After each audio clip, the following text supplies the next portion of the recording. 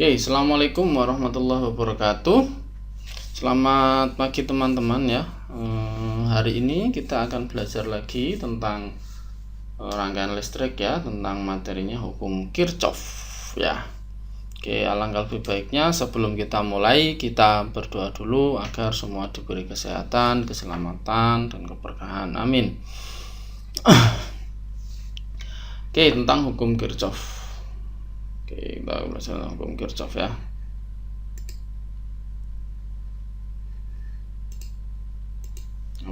Oh ini dia.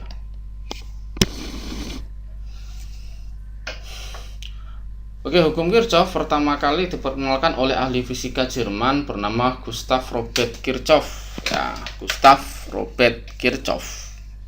Ya. Pada tahun 1824 sampai 1887. Nah, gitu ya. Oke, ada beberapa istilah yang perlu kita pahami dulu sebelum kita tentang hukum Kirchhoff ya. Yang pertama itu terminal. Terminal itu artinya ujung akhir sambungan piranti atau rangkaian. Yang kedua ada rangkaian adalah beberapa piranti yang dihubungkan pada terminal. Lalu ada simpul atau node ya, simpul atau node. Titik sambung antara dua piranti atau lebih. Ya, lalu ada simpai atau loop, rangkaian tertutup yang membentuk apabila kita mulai dari salah satu simpul mengikuti sederetan piranti dengan melewati tiap simpul tidak lebih dari satu kali. Jadi nanti kita ada lingkaran loop, itu nanti kita lingkaran atau putaran perulangan.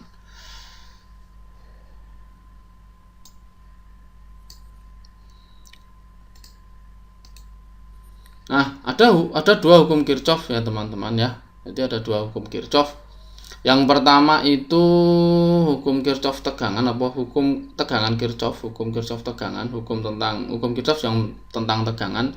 Lalu yang kedua ada hukum Kirchhoff arus atau hukum arus Kirchhoff ya. Jadi hukum Kirchhoff yang tentang arus ya.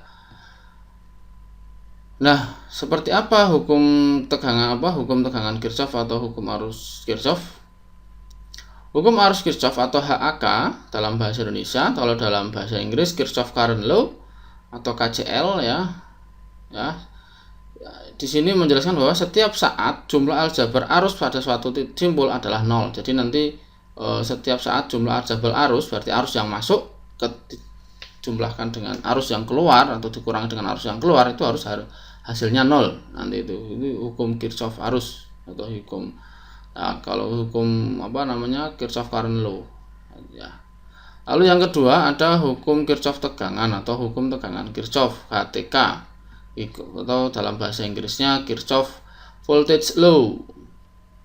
Nah, di sini adalah setiap saat jumlah aljabar tegangan dalam satu loop adalah 0 ya. Kalau di arus itu ada simpulnya, ada titiknya, tapi kalau di tegangan adalah satu loopnya, di satu putarannya, satu perulangannya. Kita lihat di sini, ini adalah sebuah rangkaian, ada V1, ada ini beban ya, beban 1 2 3 4 5. Lalu kalau ada beban berarti di sini ada tegangan V1, V2, V3, V4, V5. Maka di sini juga ada arus pasti I1, I2, I3, I4 dan I5. Jadi ketika ada tegangan, ada beban pasti ada arus. Jadi ketika ada tegangan, ada beban pasti ada arus. Kita lihat HAK. Apa HAK itu? HAK adalah hukum arus Kirchhoff. Kita lihat mainnya di simpul atau titik-titik 1 2 3 4 5 6. Nah, ada titik-titik ya. Yang pertama titik A.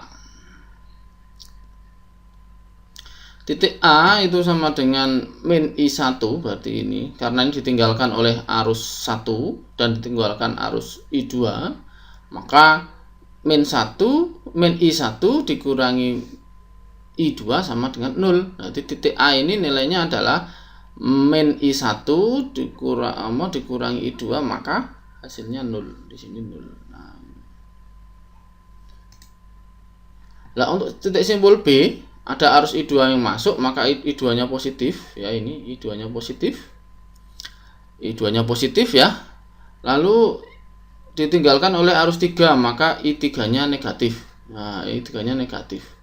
Setelah itu ditinggalkan juga oleh I4, maka I4-nya juga negatif. Berarti di sini ada 3 jalur, maka di sini harus ada 3 variabel, I2, I3 dan I4. Karena I2 itu adalah masuk, maka I2 itu positif, I3 itu keluar, maka I3 negatif, dan I4-nya juga keluar, maka I4-nya negatif. Sekarang ada titik simbol C, ini sama, titik sini ini nilainya sama. Maka di sini ada I3 masuk, I1 masuk, jadi positif, I3 juga masuk jadi positif, I5 juga masuk juga positif, sehingga I1 ditambah I2 ditambah I1 ditambah I3 tambah I5 sama dengan 0. Ini untuk hukum Kirchhoff arus atau hukum arus Kirchhoff. Sekarang untuk hukum tegangan Kirchhoff atau HTK, kalau bahasa Inggrisnya Kirchhoff Voltage Law. Kita mainnya loop atau putaran atau ulangan ya. Loop 1 nih berputarnya dari searah jarum jam boleh, atau berlawanan dengan arus jam juga boleh. Tapi di contohnya ini adalah sesuai dengan arah jarum jam. Loop 1 di sini ada kotak 1, ada putaran 1. Kita lihat putaran sini, kita berputar ketemu, ini kan tegangan, berarti kita lihat di tegangannya, tegangan. Ya, yang lihat kita V-nya. Dia berputar ketemu negatif V1, maka V1-nya negatif. Setelah itu dia berputar lagi ketemu positif V2, maka V2-nya positif. Berputar lagi di sini positif ya. Jadi di sini kita positif, kita kasih ini ya, di sini positif. Di sini negatif. Ya.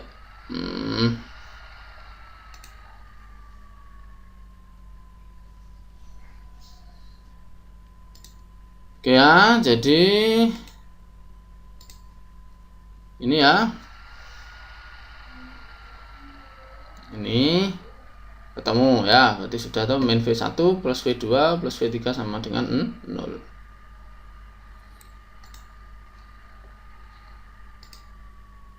Nah, sekarang ada loop 2. Loop 2 kita di sini. Nah, loop 2 di sini. Loop 2 di sini kita berputar, pertama ketemu min V3, di sini negatif. Nah, ketemu negatifnya V3. Oke, ketemu V3. Lalu berputar lagi ketemu positifnya V4.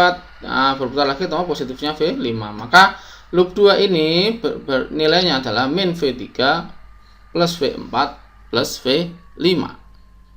Ya, gitu ya. Nah, ada loop 3 di kotak yang paling besar, itu adalah min V1 berputar di sini, min V1 dapat plus V2, lagi dapat plus V4 plus V5 sama dengan 0. Jadi gitu. Kalau hukum Kirchhoff tegangan seperti itu. Ya. Jadi nilainya jumlah aljabar, berarti nilainya harus 0. Jadi nanti di sini kita anggap bahwa V1-nya sebagai sumber, maka di sini sebagai beban, V2 dan V3 sebagai beban. Sama loop 2 berarti V3-nya sebagai sumber, V4 dan V5 sebagai beban. Kalau berputar seperti ini yang besar, maka V1-nya sebagai V sumber ya. Jadi nanti V sumber dikurangi V beban itu sama dengan 0. Itu namanya hukum tegangan Kirchhoff. Oke, ini penjelasan selanjutnya ya. Kirchhoff current law. Kirchhoff current law state that the net current entering a node is same the net current leaving that node. Nah, berarti arus yang masuk pada jaringan ini ya, arus yang masuk pada sebuah node pada jaringan yang sama dengan arus yang meninggalkan node tersebut gitu ya. Therefore the algebraic sum of current and any node in equal 0. Berarti artinya pada tadi ya, berarti jumlah aljabar arus pada sebuah node ya, pada node ini sebuah rangkaian adalah 0. Nah, ini saya gini. Berarti ini jumlah arus yang masuk sigma I entering a node equal sigma I leaving a node. Nah, maka ya kalau ini kan diperjelas dari sini ya, berarti ini jumlah ini sigma ini. Oke, ini sigma I sama dengan 0, arti ini. Therefore algebraic sum all current in any node in circuit is equal to 0. Jadi sigma I sama dengan 0. Nah, ini Jadi di sebuah node ini maka jumlahnya harus 0. Maka di sini I1 positif, I4 positif, I2 negatif, I4 positif, I5-nya negatif, I6-nya positif, I3-nya negatif. Berarti yang keluar kita anggap negatif, yang masuk kita anggap positif. Itu juga boleh dibalik juga tidak apa-apa. Ini ada hukum kekekalan muatan. Sama ya, pada dasarnya arus adalah aliran muatan ya.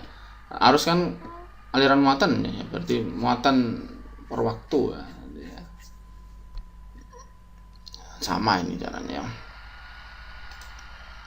I1 sama dengan I2, I3. Nah, ini dia.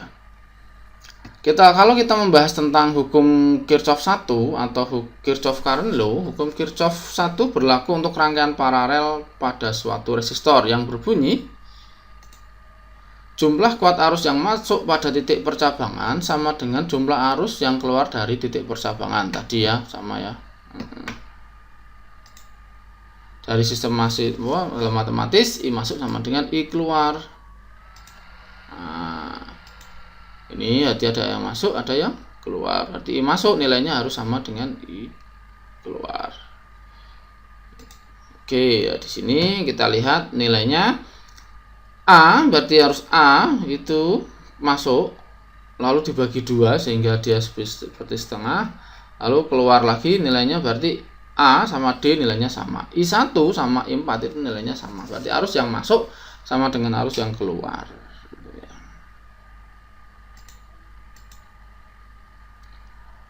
Oke. Sama ya, berarti ini kuat arus dalam rangkaian bercabang ya, hukum Kirchhoff 1, hukum 1 Kirchhoff, jumlah arus yang masuk pada suatu titik persamaan sama dengan jumlah arus yang keluar, sama dengan cara seperti itu ya. Sigma I masuk sama dengan sigma I keluar. Nah, ini sama, berarti ini jumlah contohnya ya. Arus totalnya 3, dia keluar akan masuk lagi, masuk ini jadi 3 lagi. Pokoknya 3 ya keluar, masuknya 3, keluarnya 3, itu sama.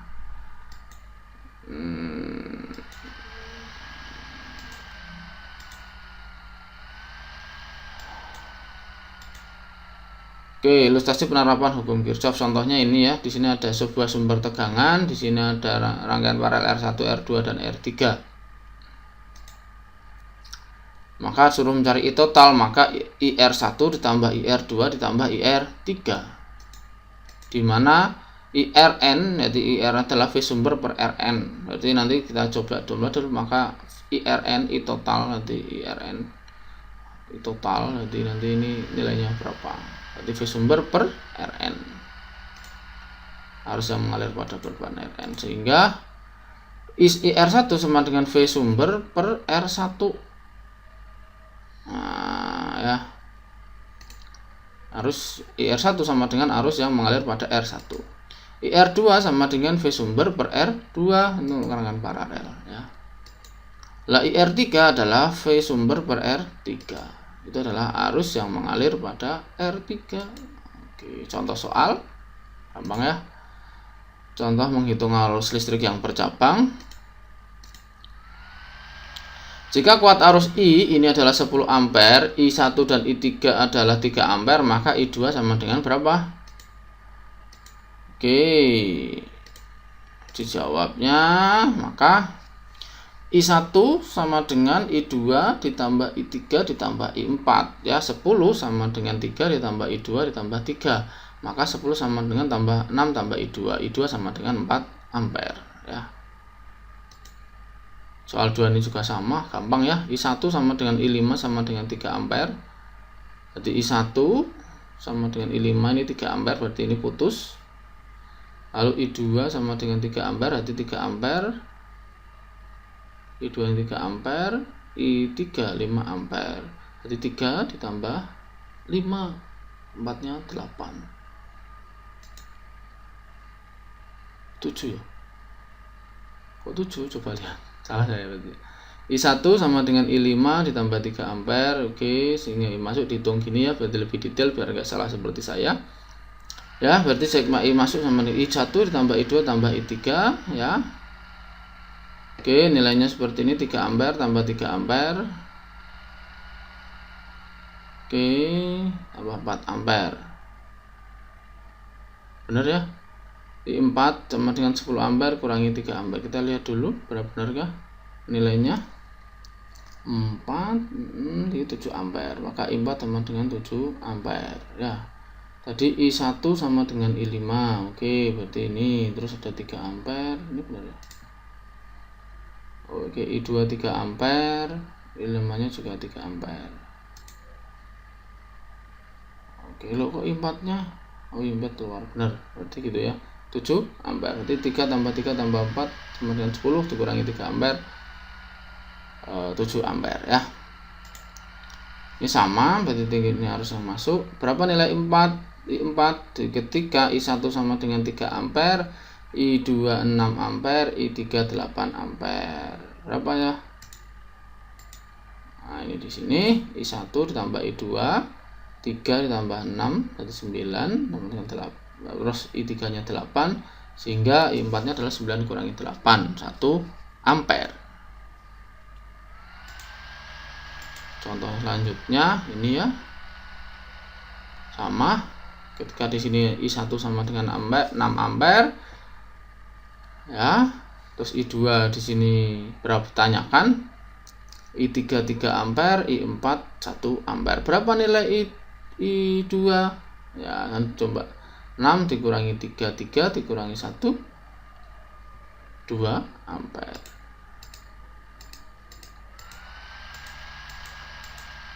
Oke, kita lanjut sama contohnya gampang sekali.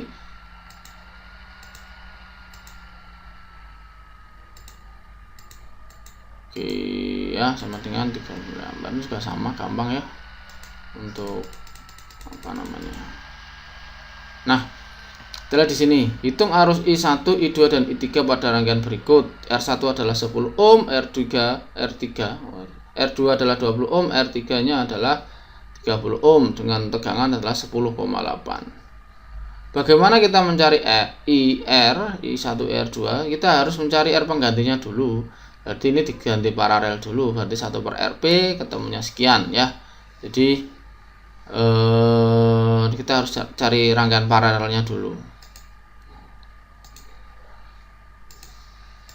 Setelah ketemu rangkaian paralelnya, maka kita ganti I totalnya. I totalnya adalah VDC per rangkaian paralel.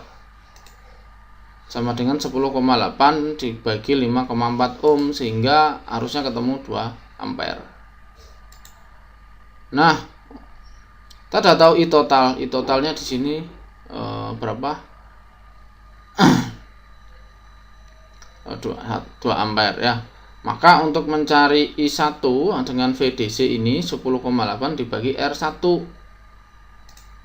10,8 bagi 10 ketemu 1,04 ampere. VDC-nya yang I2 sama dengan VDC per R2, jadi 10,8 dibagi 20 ohm ketemu 0,504 ampere. I3-nya 10,8 dibagi 30 jadinya 0,36 ampere gitu ya.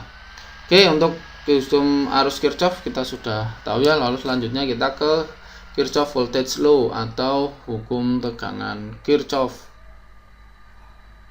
Ya. Hukum Kirchhoff tegangan HTK. Hukum tegangan Kirchhoff. Kirchhoff Voltage Law states that algebraic sum of all the voltage around an enclosed path in a circuit equal is 0. Yeah, that is the net sum of voltage across active component is same the net sum of voltage across passive component. Jadi komponen aktif yang jelaskan kemarin ada komponen daya aktif dan daya pasif, daya menerima daya dan memberi dan menerima daya kemarin ya. Oke, jadi ini tadi ya, ini daya yang memberi daya, ini yang menerima daya. Jadi ini sumber dan beban. Sigma V sama dengan 0. Pada rangkaian tertutup, maka Vs dikurangi V1, berarti kurang V2, V3 sama dengan 0, berarti seperti itu ya.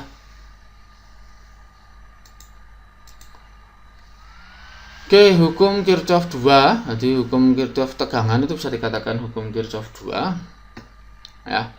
jumlah tegangan pada suatu lintasan tertutup sama dengan 0. Nah, gampangnya gitu. Atau penjumlahan tegangan pada masing-masing komponen penyusunnya membentuk suatu lintasan tertutup akan bernilai 0. Sigma V sama dengan 0.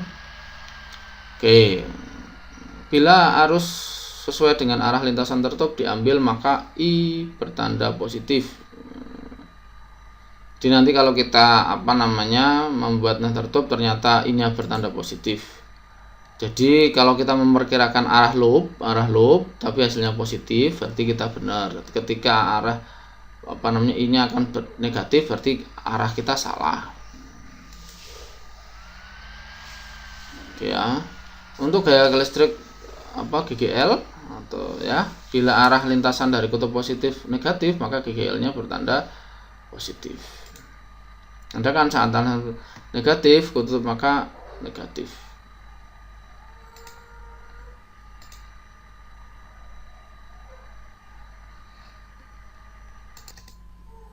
Oke, selanjutnya kita lihat sini ya. Di sini ada sebuah sumber. Nah, untuk hukum Kirchhoff 2 atau Kirchhoff Voltage Law itu untuk rangkaian seri ya.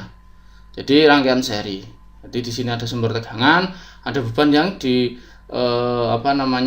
dirangkai secara seri.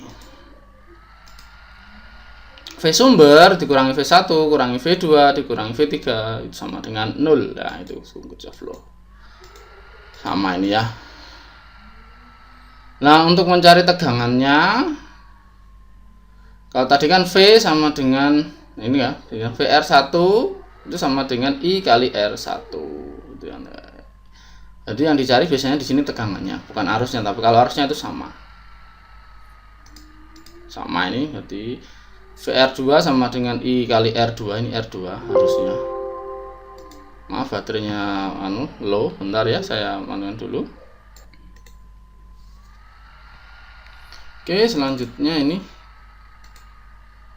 Nah, ini ada voltage divider rule ya, atau rule atau konsep pembagi tegangan. Jadi menggunakan hukum Kirchhoff kita voltage divider rule itu ya. Nah, tadi hukum tegangan kan udah bisa ya, berarti ada voltage divider rule. Berarti bagaimana konsep pembagi tegangan itu dilakukan, nanti ada ya. Kita lihat di sini ada sumber tegangan, di sini ada R1, R2, Rn, R3 banyak ya. Nanti kita gitu.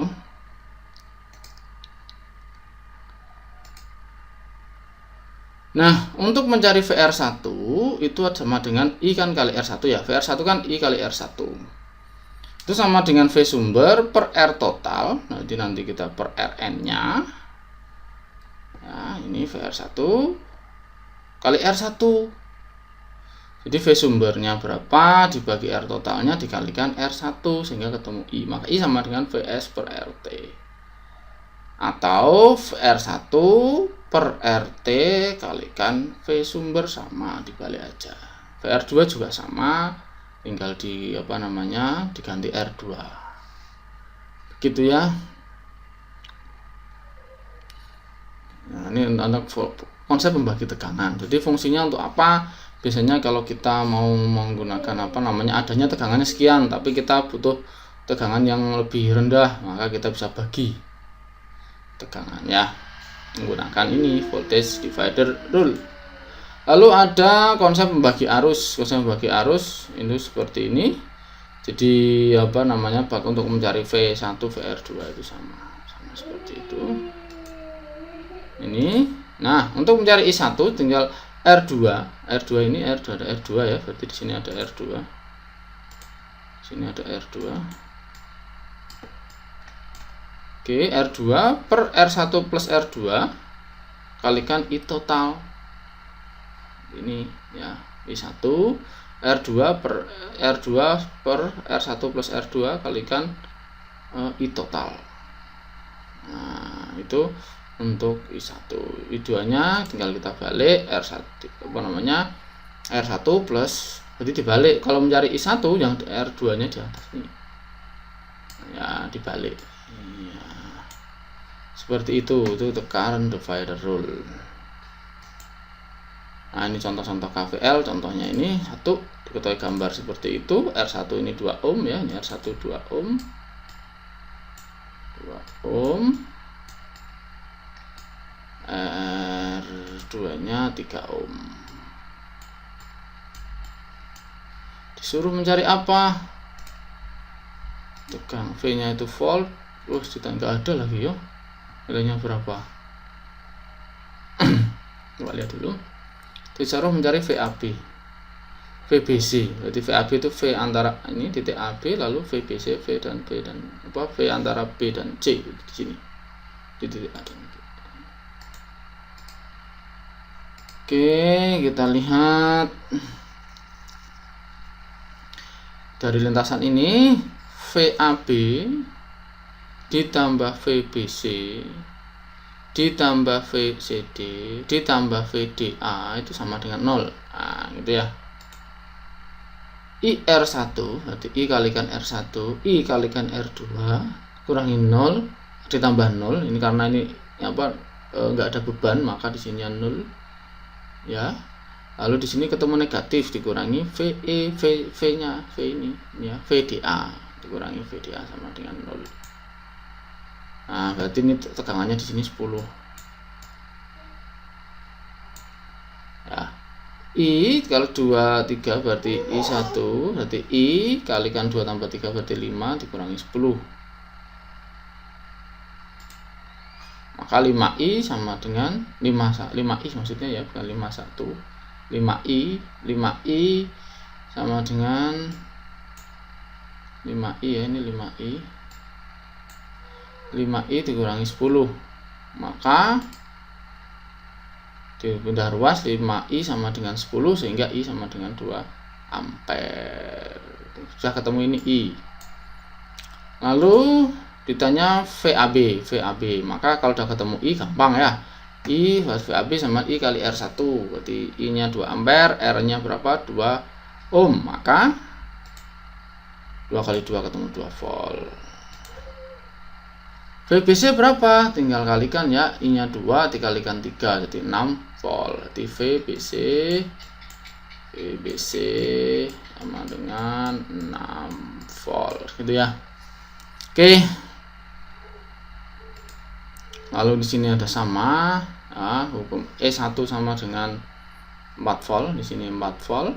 Oke, 4 volt. Lalu E2 nya 6 volt. Oke, 6 volt. R1 nya 2 ohm, 2 ohm, R3 nya 3 ohm, yang 3 ya, 3 ohm, R3 nya 4 ohm, ada R4 tuh. Harusnya ini R2 3 ohm, R3 nya 4 ohm ini ya. Nah, gini. Apakah benar? Kita coba lihat. Nah, ini dia.